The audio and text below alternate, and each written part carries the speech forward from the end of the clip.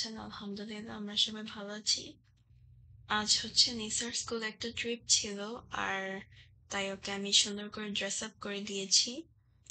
আজকের ওয়েদারটা অনেক গরম ছিল তাই একটা ড্রেস পরিয়ে দিয়েছি ওকে। অ্যান্ড আজকেও একটা গার্ডেনে যাবে, বোটানিক্যাল গার্ডেন। আমি আজকে যাব না ওর সাথে, ও একা একা যাবে ওর ক্লাসের সাথে। অ্যান্ড সো আজকে স্কুল ব্যাগ দরকার হয়নি, সো লাঞ্চ ব্যাগ দিয়ে দিয়েছি। আর ওকে স্কুলে আমি দিয়ে এসে বাড়িতে ফেরার পথে আমি কিছু স্ন্যাক্স কিনে নিয়ে এসেছি। ওরা অনেকদিন ধরে বলছিল যে বোলডাক নুডলস খাবে, তাই এটা কিনে নিয়ে এসেছি আর সাথে chips.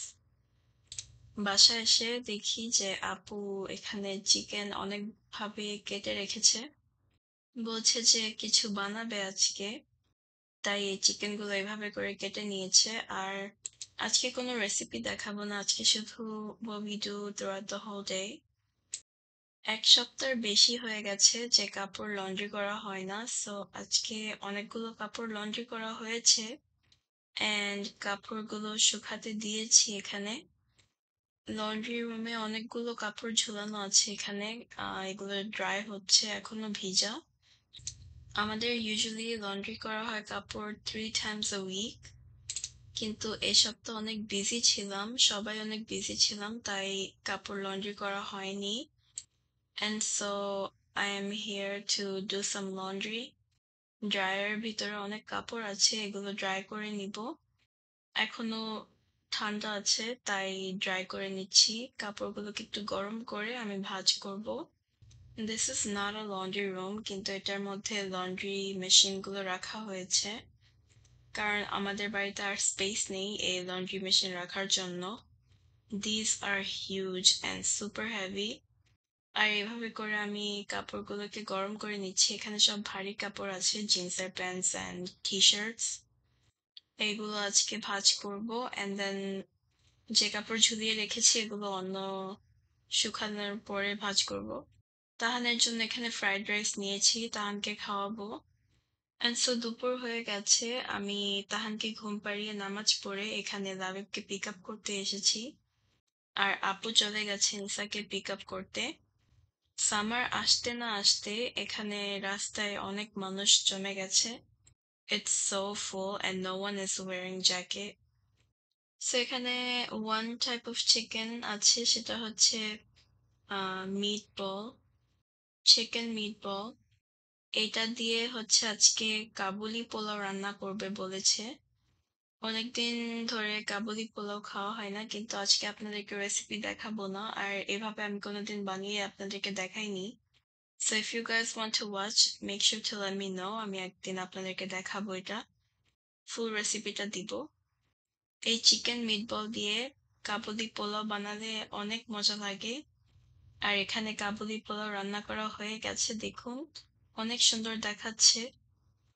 Carrots and raisins.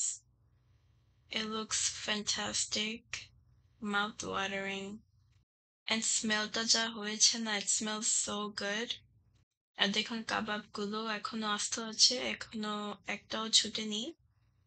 It looks really nice and রাইসটা অনেক ঝরঝরা হয়েছে।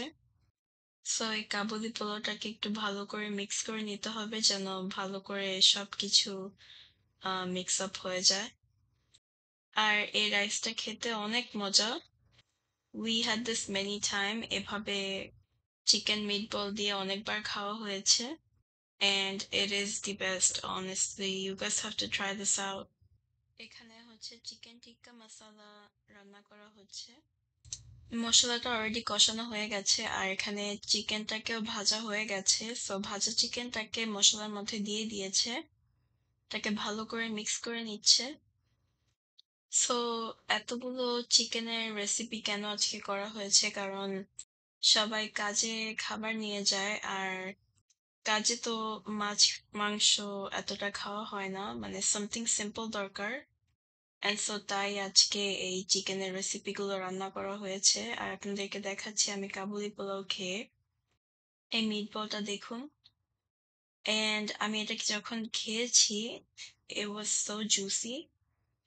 It was fresh and super juicy, and আমি সালাদ দিয়ে খেয়েছি। This was the yummiest rice ever. আমি খেয়ে অনেক মজা পেয়েছি। সাথে white sauce and spicy sauce নিয়েছি খাওয়ার জন্য। The food on its own was really amazing. I really loved it.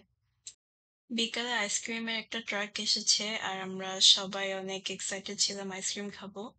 অনেকদিন এই গাড়ির আইসক্রিম খাওয়া হয় না। অ্যান্ড সো আমরা সবাই দৌড় দিয়ে আইসক্রিম ট্রাকটাকে থামিয়েছি। আইসক্রিম খাবো। সবার জন্যই আইসক্রিম কেনা হয়েছে। আজকের ওয়েদারের জন্য এই আইসক্রিমগুলো গলে গেছে আনতে। But it tasted really good. আশা করি আজকের ভিডিওটা আপনার কাছে ভালো লেগেছে। আজকে এই পর্যন্ত। আল্লাহ হাফেজ। আসসালামু আলাইকুম।